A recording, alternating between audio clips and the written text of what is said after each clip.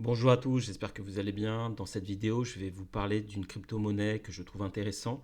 Donc, il s'agit de la crypto-monnaie Nibiru, que vous connaissez peut-être. Donc, c'est un projet assez récent, donc, qui est sorti en 2024, premier trimestre 2024. Donc, alors, juste avant de commencer, si vous souhaitez, n'hésitez pas à vous abonner, à liker, à partager la vidéo.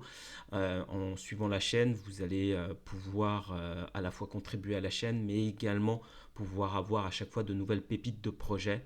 Moi, je me concentre principalement sur des projets faiblement capitalisés, moins de 500 millions de market cap.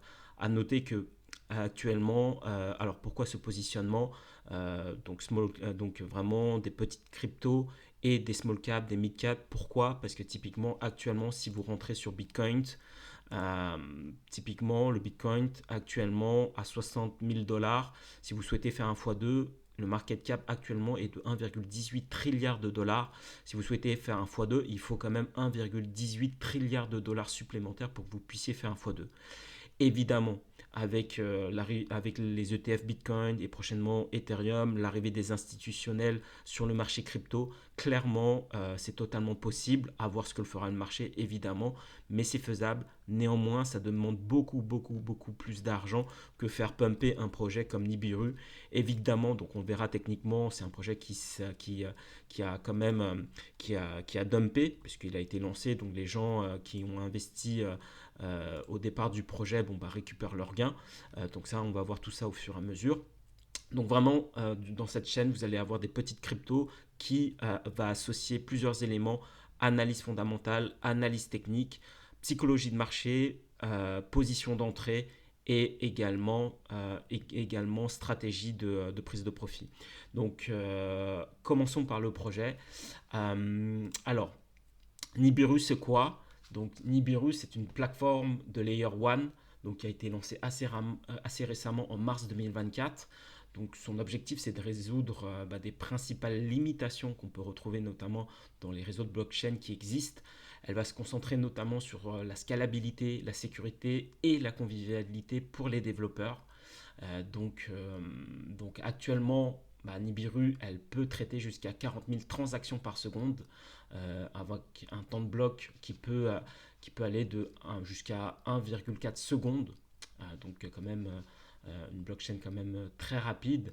Moi, ce que j'aime bien dans la vision de Nibiru, ça on le verra également au fur et à mesure, puisqu'il faut noter que le secteur des crypto-monnaies, c'est un secteur qui est très volatile.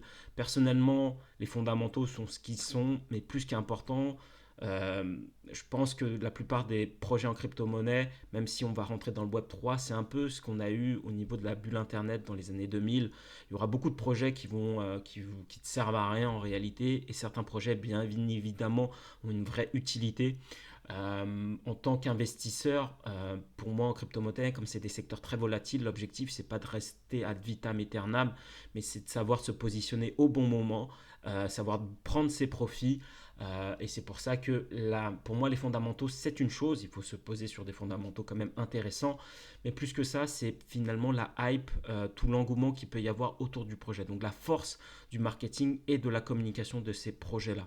Nibiru fait partie, donc quand on regarde le scoring qui est donné par Chainbroker en termes de social développement, donc on est sur du 6,46 sur 10, donc ce qui est plutôt pas mal.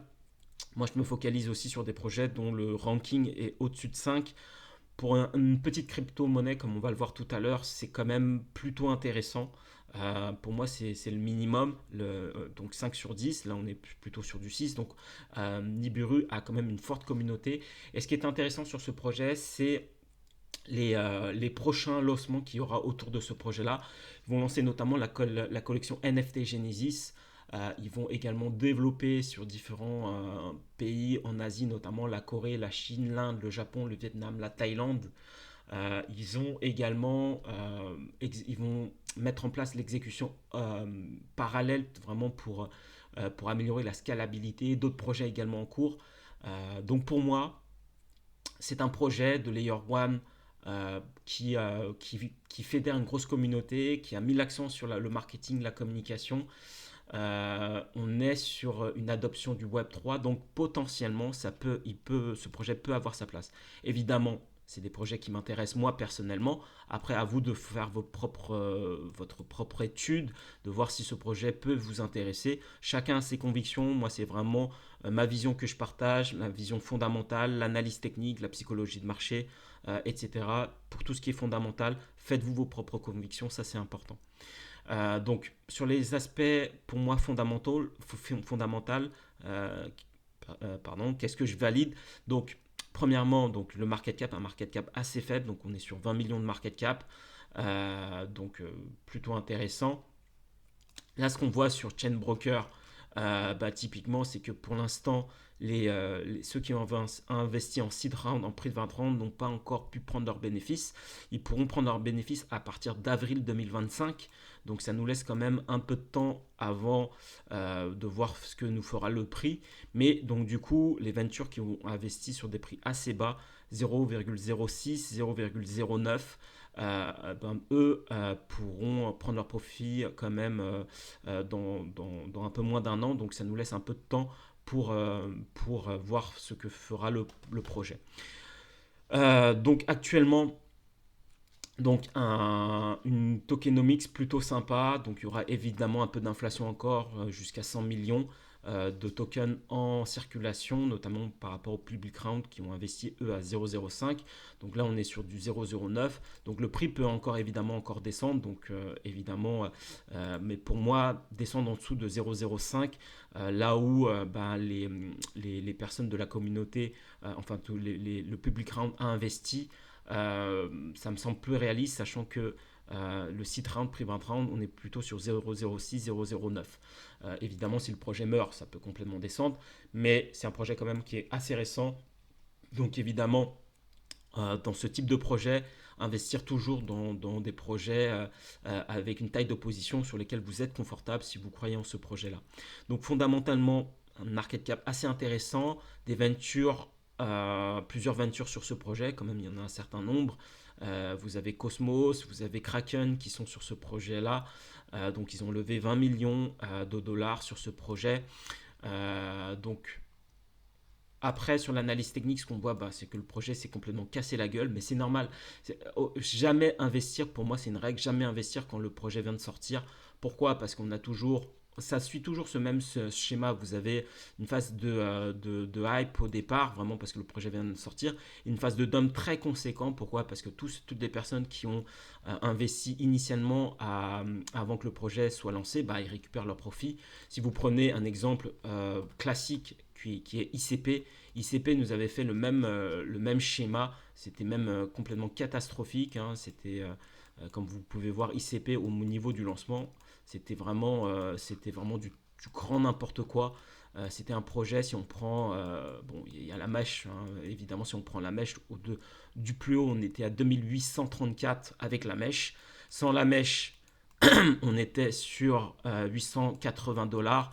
Et actuellement, le prix au plus bas, lorsqu'il est descendu, il est descendu au plus bas à 2 dollars. Vous imaginez de 2 dollars jusqu'à avec la mèche, 2000 et quelques dollars. C'est vraiment catastrophique. Donc ne jamais, jamais, au grand jamais, investir lorsque le projet vient de sortir. Pourquoi? Parce que ceux qui ont investi initialement prennent leur profit.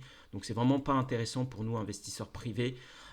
Sauf si vous êtes à l'origine également, vous avez pu investir avant que le projet soit lancé. Là, auquel cas, peut-être, effectivement, ça peut être intéressant. Mais typiquement, ICP en est un exemple flagrant, comme beaucoup d'autres projets, hein, de manière générale, dans les crypto-monnaies. Et Nibiru ne fait pas exception. Donc il y a forcément cette phase de dump massive.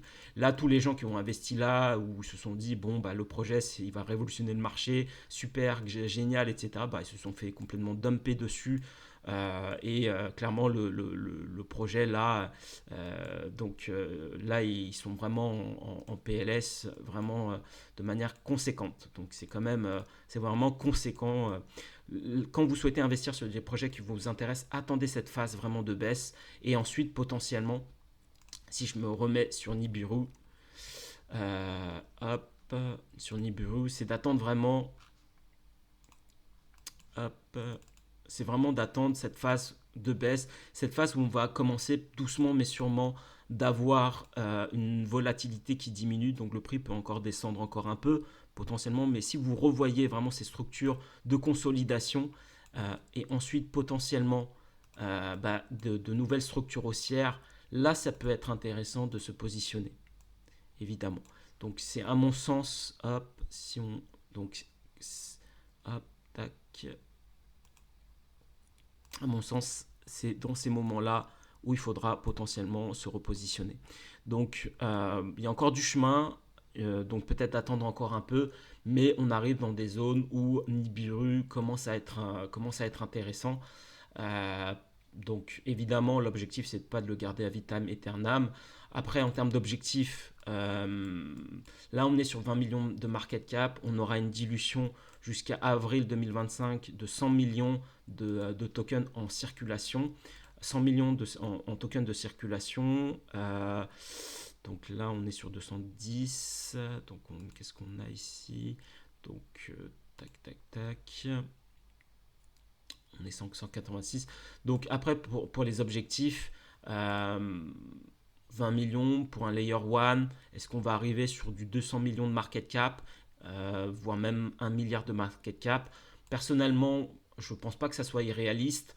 Peut-être pas tout de suite, il faudra attendre, mais évidemment, ne serait-ce qu'arriver sur du 200 millions, donc faire un x10, 200 millions de market cap, voire 400 millions, ça me paraît quand même réaliste pour un projet comme Nibiru qui fédère quand même une grosse communauté. Si ça nous fait plus, pas tant mieux. Évidemment, hein, l'objectif, encore une fois, les fondamentaux, à vous de valider. Hein, c'est à vous de choisir les projets qui vous intéressent.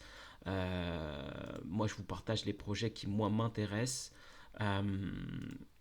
Après, vous en faites ce que vous voulez.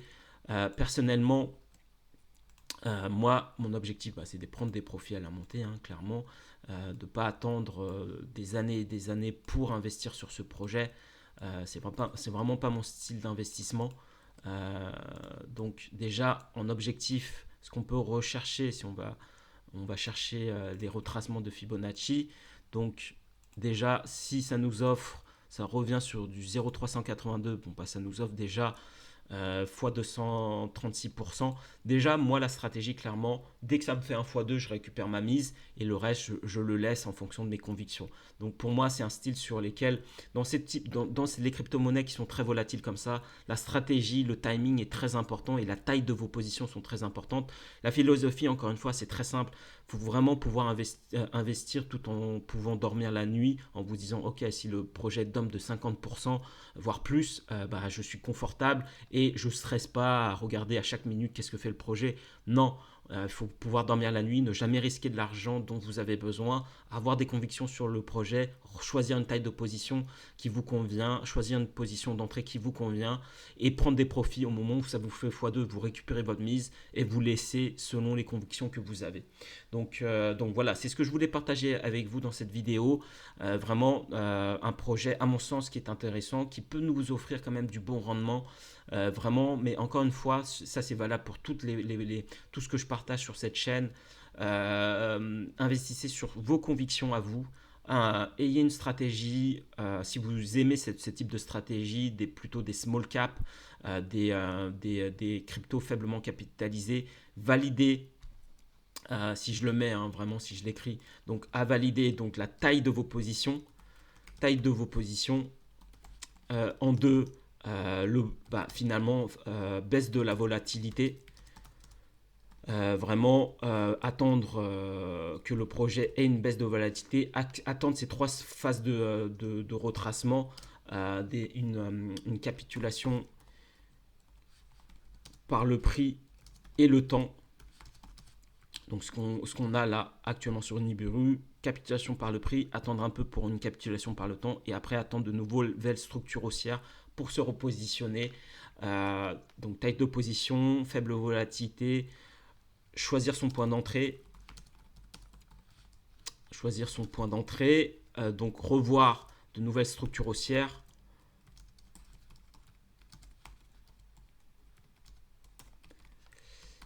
Et ensuite, en 5, prendre des bénéfices. Point très important, au fur et à mesure de la montée. Moi perso, c'est plutôt ma stratégie. Dès que je fais 1x2, je récupère ma mise, donc je prends aucun risque sur le projet. Si le projet me fait encore après 1x5, 1x10, bah c'est super, tant mieux, mais j'ai rien risqué sur ma position. Sécuriser sa position. Voilà, donc c'est la stratégie que je voulais partager avec vous. En tout cas, voilà, regardez les autres crypto-monnaies que moi je partage ou les autres small caps que je partage. Encore une fois, faites-vous vos propres convictions. Tout vous intéressera pas forcément. Moi, je partage simplement ce qui me convient. Voilà, donc en tout cas, je vous remercie beaucoup d'avoir regardé cette vidéo et je vous dis à très bientôt. Au revoir.